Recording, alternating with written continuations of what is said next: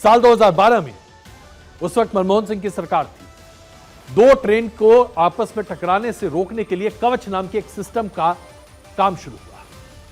Railway कवच एक automatic train protection system बनेगा जो कि ट्रेन्स को एक दूसरे से कोलाइड करने में रोकने में मदद करेगा। अक्टूबर 2012 में हैदराबाद के TCA में इसका पहला परीक्षण हुआ।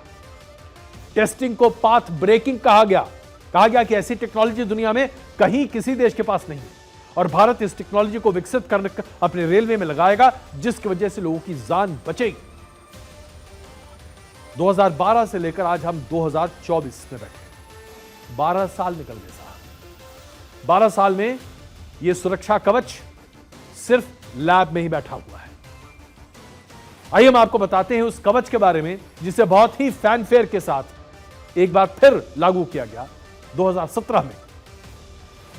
यह कवच किस तरह से काम करता है? यह कई तरह के इलेक्ट्रॉनिक सिस्टम्स और यंत्रों से जुड़ा हुआ कवच है जो सैटेलाइट से लिंक्ड है। इसके रेडियो फ्रीक्वेंसी और तमाम तरह के यंत्र हैं जो कि एक दूसरे को ट्रैक करते हैं और एक दूसरे के सामने भिड़ने से पहले जो उसकी दूरी है उसको मापा जाता है, आंका जाता है और कांस्टेंट मॉनिटरिंग होती रहती है। इसमें हर तरह के सिस्टम्स और प्रणाली इस्तेमाल किए जाते हैं और अलर्ट होने की स्थिति में सेल्फ ब्रेक लॉकिंग के प्रोविजंस भी बनाए गए थे।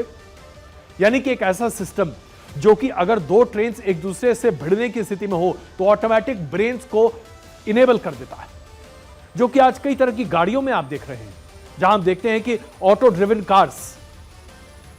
आप देखिए कि कैसे गाड़ी की स्पीड अपने आप कम हो जाती है जब सामने कोई और गाड़ी आती है, जैसे आप उसको इस A-ट्रैक टेक्नोलॉजी पर डालते हैं। यही A-ट्रैक टेक्नोलॉजी का इस्तेमाल रेलवेज के लिए भी किया जा रहा था, लेकिन इस पर अभी तक सिर्फ और सिर्फ 1000 किलोमीटर के हिस्से में इस्तेमाल किया गया है। यह देश के तमाम बड़े बड़े सेक्टर्स में नहीं है लागू कवच स्कीम। कवच स्कीम को लेकर सरकार ने अभी तक कोई ठोस जवाब कहीं पर भी नहीं दिया। ना ही रेल मंत्रालय ने इसके प्रोग्रेस के बारे में कोई रिपोर्ट सामने रखी है। इसका अभी तक जो इंप्लीमेंटेशन है वो दक्षिण मध्य रेलवे में 1098 किलोमीटर की दूरी के लिए किया गया है। इस रूट पर 65 इंजन ही इस टेक्नोलॉजी का इस्तेमाल करते हैं। दिल्ली मुंबई, दिल्ली हावड़ा सर्किट, ये तमाम सर्किट्स पर ये है, लेकिन कुछ कुछ पोर्शंस में, यानी कि जो व्यस्तम इलाके हैं वहां पर इन ट्रेन्स में एंटी कोलिजन डिवाइस लगा ही नहीं है। जब एंटी कोलिजन डिवाइस नहीं है और ह्यूमन एरर, यानी कि ट्रेन के पायलट या फिर जो ड्राइवर्स हैं, सिग्नलिंग का प्रॉब्लम या फिर जो अनमैन्ड क्रॉसिंग्स हैं, इसकी प्रॉब्लम की वजह से देश में ट्रेन के हादसे लगातार बढ़ते रहे हैं। इनमें से अनमैन्ड क्रॉसिंग की जो मुसीबत है इसे बहुत हद तक पूरा कर लिया गया है, लेकिन इसके बावजूद ह्यूमन इंटरवेंशन जहां पर है, जो लोगों की गलती है, ड्राइवर्स की गलती है, वो बहुत बड़ी है।